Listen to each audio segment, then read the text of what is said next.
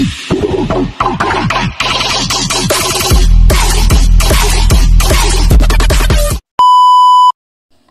isang pagpalang araw pong muli sa inyong lahat guys. Saan man pong sulok ng mundo kayo naroroon.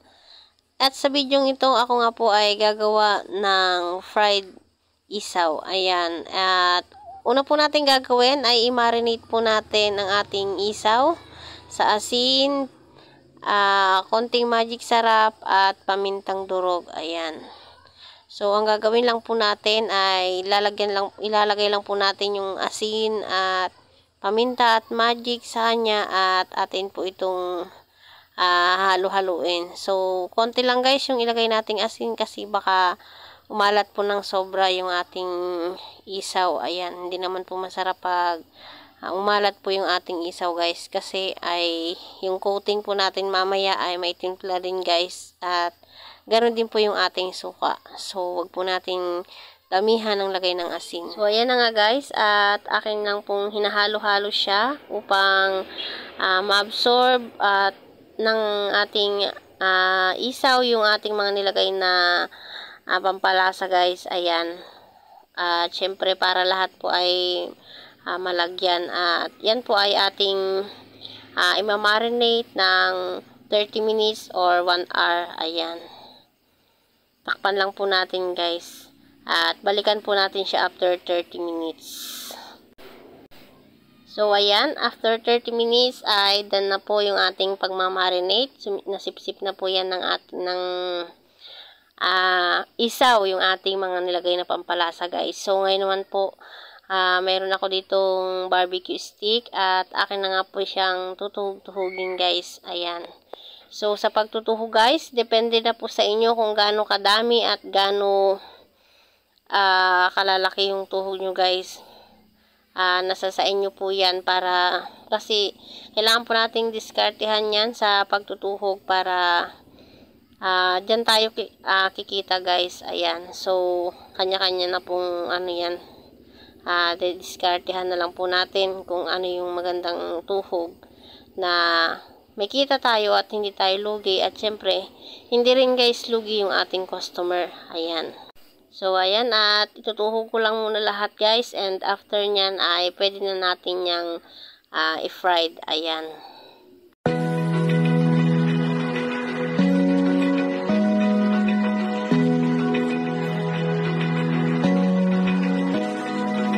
Open eye, feel the waves cut through me, hypnotized by the sounds I'm breathing in. Hold tight.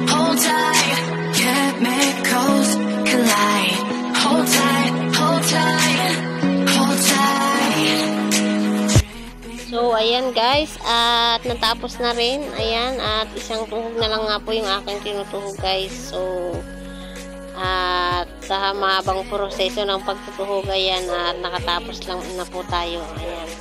So, sipag at syaga lang guys yung ating kailangan, wag tayong may inip at syempre kailangan madiskarte tayo sa pagtutuhog guys para makuha natin yung puhunan natin at syempre may tutubuin po tayo guys. Ayan, lalo na po ngayon guys at nagmahal na nga yung mga bilihin at syempre pati yung ating puhunan sa isaw ay nagbago na rin yung presyo. So dapat ay mayroon tayong knowledge kung paano natin patadamihin yung ating paninda. So, ayan. Tapos na tayo sa pagtutuhog. Ayan. So, this time guys, tayo naman po ay gagawa ng mixture na pang-coating po natin sa ating isaw. So, same lang po ito sa nakaraan. Yung aking nilagay sa kwek-kwek. Ayan. So, may nalaglag ng paminta sa aking mixing bowl. At una ko na nga pong ilagay ang harina. Same lang po guys yung ingredients nito guys sa nakaraan. Harina, food coloring, konting asin at seasoning, paminta. Ayan. So, yan lang po at lalagyan lang natin ng tubig at hahalo-haluin natin guys hanggang makuha natin yung tamang consistency. So, ganyan lang po yung ating procedure.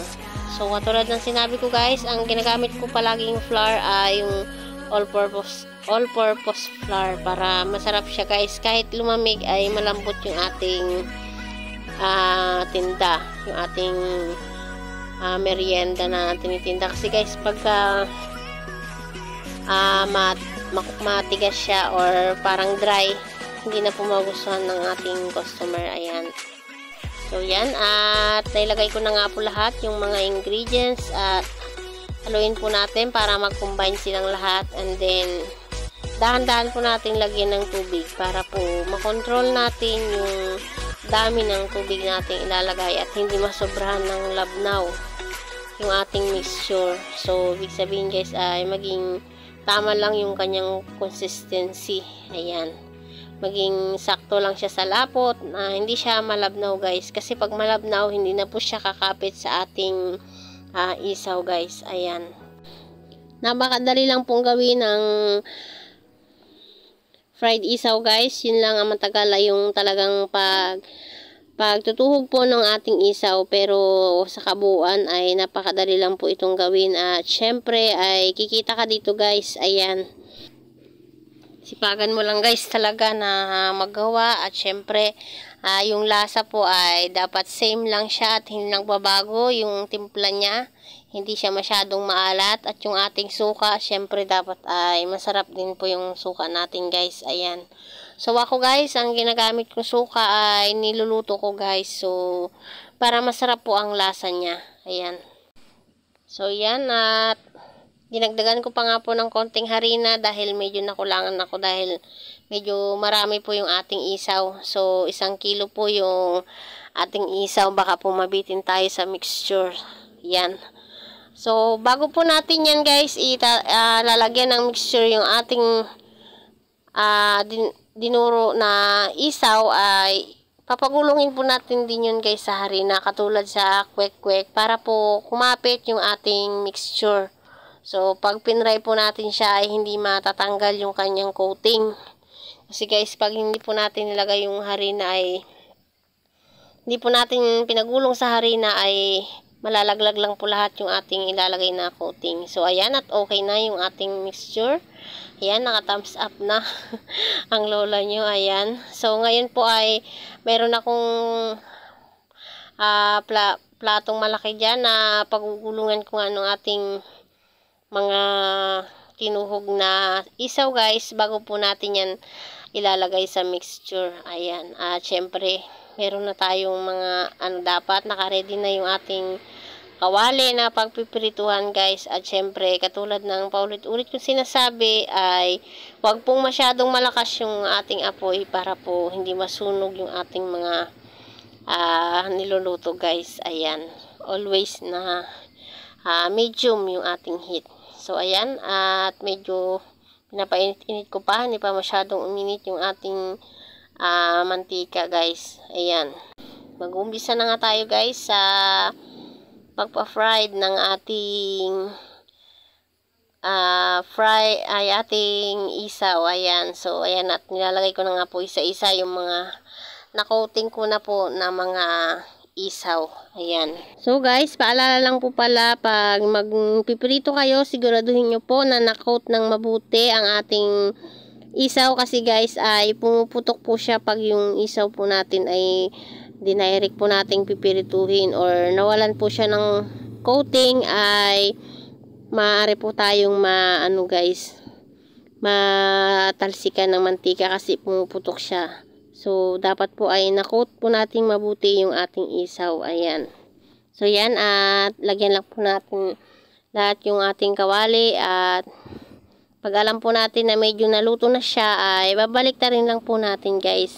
Syempre, huwag nating hayaan na sunog naman yung ating tinda. Ayan, at syempre, katulad po ng sinabi ko kanina, dapat ang apoy po natin ay nasa medium lang, hindi siya masyadong malakas guys, para po maganda at pantay yung pagkakaluto ng ating paninda. At syempre, crispy siya guys, mas malutong po siya pagka yung apoy natin ay hindi nabibigla. Kasi pag nabibigla guys, hilaw na sunog po yung kalalabasan ng ating niluluto. Madalas po ganyan yung nangyayari. So wag po tayo mag-apura sa pagluluto, at syempre yan ay maluluto din. So ayan, at binabaliktad ko na nga po yung ating pinipirito. So, ganyan lang po yung procedure guys. At syempre, gagawan mo po yan guys ng suka at pwede ka rin gumawa ng sausawan po na matamis or yung sweet and sour. Ayan, pwede rin pong may maanghang na sweet and sour. So, pwede rin pong matamis lang. At syempre, yung ating sukang maanghang. Mas the best dyan yung sukang maanghang. Pero guys, pag may mga bata po kayong customer, so kailangan talaga may matamis po tayong nakahanda. Ayan. At syempre ay ang selling price ko po dyan guys ay 10 pesos. So, depende na po yan sa inyo kung magkano nyo ibibenta. Basta po magkukosting kayo. Kasi guys, sa bawat lugar, sa bawat area ay magkakaiba naman po tayo ng presyo ng mga paninda. So, magdedepende po yung presyo natin sa kung magkano po natin nabibili yung bawat produkto or bawat ingredients po na ginagamit natin. So, bahala na po kayo mag-costing. Basta make sure lang po na na-compute yung mabuti yung mga ginamit nyo pong mga ingredients para hindi po kayo malulugi guys. Ayan. So, yan at pirituhin lang po natin lahat yung ating isaw. Ayan.